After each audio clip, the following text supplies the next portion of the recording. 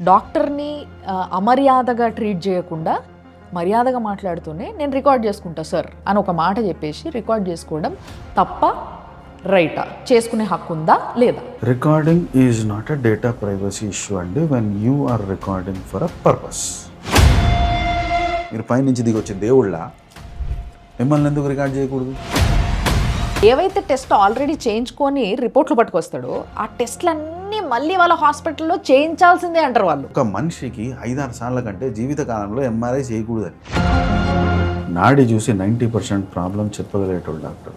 Stethoscope పెట్టి situation ఏంటి అని అర్థం చేసుకోగలిగేటోళ్ళు doctor. Unfortunately health care industry today stethoscope ornament అయిపోయింది. స్కాన్లో ఫిలిం చూసి అర్థం చేసుకునే స్టేజ్ పోయి రేడియాలజిస్ట్ రాసే రిపోర్ట్ బట్టి ట్రీట్మెంట్లు ఇచ్చే దుర్గతికి వచ్చింది. పేషెంట్ గట్టిగా అడగొచ్చు, సార్ నేను చేయించుకుని నిన్న మొన్న చేయించుకున్న అన్ని టెస్టులు దీనిపైన ట్రీట్మెంట్ ఇస్తావా లేదా అని రుబాబుగా అడగచ్చు. ఎంఆర్ఐ మిషన్లు హాస్పిటల్ మ్యానుఫ్యాక్చర్ చేయలే కదా, రైట్? ఎవడో మ్యానుఫ్యాక్చర్ చేసిండు కదా, ఆడొక్కడే మ్యానుఫ్యాక్చరర్ కదా, ఇంకోటి లేడు కదా. మన అదే మిషన్ ఎవడు తీసినా అదే అవుట్పుట్ ఇస్తుంది కదా.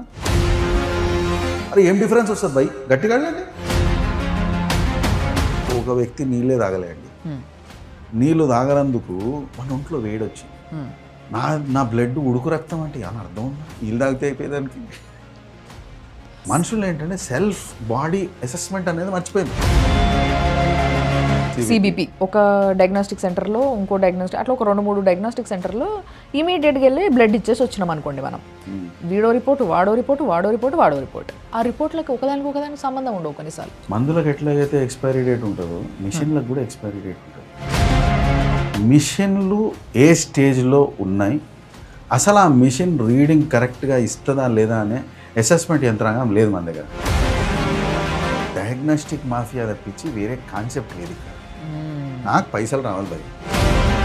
గవర్నమెంట్ హాస్పిటల్ ఏంటంటే అంత డిస్ప్లేలో ఉంటుంది, ప్రైవేట్ హాస్పిటల్ ఏంటంటే అంత క్లోజ్ డోర్లో ఉంటుంది. సో క్లోజ్ డోర్లో జరిగింది ఎంతవరకు కరెక్ట్ అనేది మనకు కూడా తెలియదు, మనం విశ్వసిస్తాము. మన దరిద్రం ఏంటంటే పైసలు కట్టి ట్రీట్మెంట్కి ఎక్కడైతే చేయించుకుంటున్నామో అక్కడనే ట్రాన్స్పరెన్సీ లేదండి.